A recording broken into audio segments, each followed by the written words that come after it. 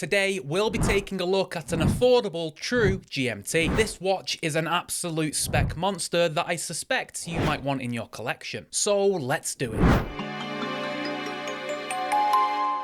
So this new GMT is by a micro brand called Borealis. I could be pronouncing that completely wrong, by the way, because this micro brand is from Portugal, and well, I'm very much not Portuguese. Although I do like going to Nando's, so maybe a little bit Portuguese? Now this may be a new brand name to some of you watching, but this is a micro brand that has been around now for a few years, and from my understanding, they are pretty well respected for the watches that they make. Borealis have sent in two versions for review. I have the date version, which is the prototype, and the no date version, which is the full release. And at the end of the video, I'll show you all of the upgrades that Borealis made with the final version. So let me introduce you to the Borealis Estoril GMT. This is the watch that features the Miyota 9075 True GMT movement and has 300 meters of water resistance. It feels like every micro brand and their dog has been releasing a dive style GMT recently, so this new watch definitely has a lot of competition. We do have a full stainless steel construction, which includes solid links, solid end links, and a milled clasp. The bracelet is adjusted with screw pins, and it features drilled lugs. We have a boxed dome sapphire crystal with AR coating on the underside, and a bi-directional sapphire bezel with a loomed insert. The hands and indices feature BGW9 loom, and the screw down crown and case back allow for an impressive 300 meters of water resistance. The cherry on top of the cake with this watch is the on-the-fly adjustment. You'll be able to find the perfect fit all day long with this watch, but we'll cover that shortly, so stay tuned. To the eagle-eyed of you out there, you might have noticed that this watch looks awfully similar to the Omega Seamaster 300, not only with the dial design, but the shape of the case and the style of the bracelet. However, I don't quite think Omega ever made a Seamaster model with this insane colour combination. I do think that it really works though. The turquoise, or dare I say Tiffany, works very well with the orange, and turns what otherwise might be a very serious dive watch into something that's just a little bit more fun. The orange GMT hand ties the bezel and dial together nicely, and the white hands and indices allow those colours to really shine through. Borealis has done a really good job with the sapphire crystal, allowing the dial to punch through without much reflection. Those hands are also similar to the Seamaster 300, which feature a polished finish. Powering the Estoril is the Miyota 9075. This is a movement that a lot of enthusiasts refer to as a true GMT. This is where you operate the hour hand of the watch independently, with the purpose of the GMT hand being to track your home time zone. This movement beats at 28,800 vibrations per hour and has a power reserve of 42 hours. This movement does feature a date at the 3 o'clock, which would usually mean a ghost date position on the no date version. However, because the first click operates the hour hand independently, there is no ghost date position on this watch. This movement is widely considered as being the better movement compared to the Seiko NH34. The Miyota is thinner, has a higher beat rate, and has a slightly higher power reserve, but these benefits usually come with a much higher price. Now, the finishing of the watch is fairly basic, but it is done to a good standard. There's a horizontal brush to the side of the case, and the inner folded sections of the lugs are also brushed. The watch features a chunky chamfered edge, which is completely polished for contrast, but I am happy to say that both the bracelet and clasp are fully brushed. The loom is decent, but I have seen better. It doesn't help that the dial surface is almost the exact same colour as the loom. It all kind of just blends into one. I imagine that the loom on the darker dials just pop a lot better. The bracelet though is extremely comfortable. It is a genuine 3-link president style. The links are fairly small, which helps finding that sweet spot when it comes to fit. But of course, with that on-the-fly adjustment, you really shouldn't have an issue finding the perfect fit. Speaking of, I think that Borealis have done an excellent job balancing the dimensions of this watch. We have a 41mm case diameter, a 47mm lug-to-lug, and a 13.5mm thickness. I suspect that the majority of the thickness comes down to the high water pressure capabilities, because the 9075 is actually quite a thin movement. Even on my 6.5-inch wrist, I think that this watch looks very well proportioned. The end links do shoot straight down, which always helps, but I think it's the case shape that really lends itself to fitting the majority of wrist sizes. Now, as mentioned earlier, there are a few differences differences between the prototype and the final release, the main one being the clasp. The original version features a standard milled clasp with micro adjustment, but of course this new clasp is head and shoulders better. But you do pay for that functionality with the size. The new on-the-fly adjustment clasp is much bigger than a regular clasp. It's longer, wider and thicker, but it is worth the trade-off in my opinion. Next, they changed the bezel. The prototype features a 48-click bezel, where the new one features a 96-click bezel. The prototype version had a ton of backplay and wobble, which was the biggest issue that I had with the prototype. They have fixed this though on the final version, and the bezel is much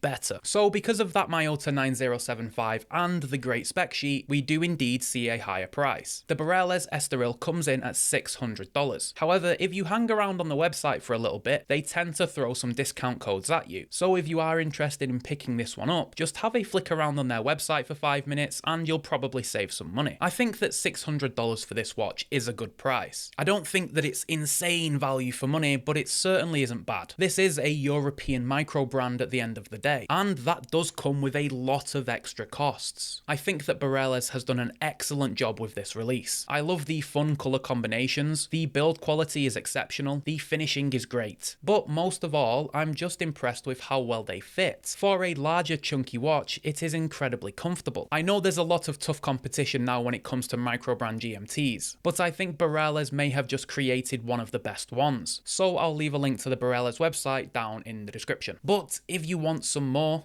top tier ticker, then go and watch this video here, and I'll see you over there, okay?